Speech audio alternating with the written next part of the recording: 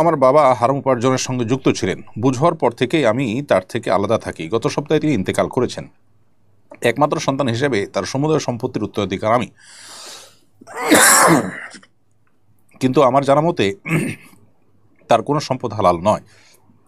এখন আমার কি করণীয়? এ সমস্ত সম্পদ কি আমার জন্য বৈধ হবে? প্রিয় দর্শক, আপনার বাবার যে সমস্ত সম্পদ রেখে গেছেন, তার সে সম্পদের ভিতরে পার্টিকুলারলি যদি কোনোটা হারাম টাকায় কেনা হয়েছে আপনি জানেন, তাহলে সেটা সাদকা করে দিতে হবে। আর কোনো সম্পদ অন্য কোনো ব্যক্তির, এটা তিনি অবৈধভাবে উপার্জন করেছেন, এরকম যদি আপনি নিশ্চিত করতে পারেন, তাহলে সেটা সেই ব্যক্তি বা তার পরিবার যারা আছে তাদের কাছে ফেরত দিয়ে আসতে হবে। এই ছাড়া বাকি যে সম্পদগুলো আছে, যেগুলো ব্যাপারে আপনার সুস্পষ্ট কোনো নির্দেশ নয়, সেখানে যে পরিমাণ সম্পদ মনে হবে হারাম, সে পরিমাণ সম্পদ আপনি সাদকা করে দিবেন সবের উদ্দেশ্য ছাড়া। বাকিগুলো আপনি ভোগ করতে পারবেন।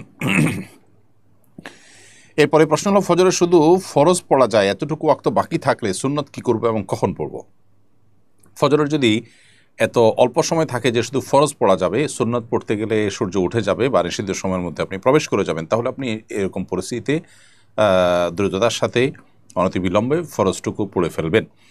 আর সুন্নত যেটা আপনার পড়া হয়নি, সেটা সূর্য উদিত হওয়ার পরে পড়বেন। কারণ এ সম্পর্কে তিরমিজিতে আবু হুরায়রা বর্ণিত হাদিসে নবী করিম সাল্লাল্লাহু আলাইহি ওয়াসাল্লাম বলেছেন, মান লাম ইউসাল্লি রাকাতাইল ফাজরি ফালইউসাল্লি মা বা'দা মা তাতলু'উশ শামস। যদি কেউ ফজরের 2 রাকাত নামাজ না পড়ে থাকে বা মিস করে থাকে, তাহলে সূর্য ওঠার পরে যেন সে পড়ে। অতএব এই 2 রাকাত আপনি সূর্য ওঠার পরে পড়বেন।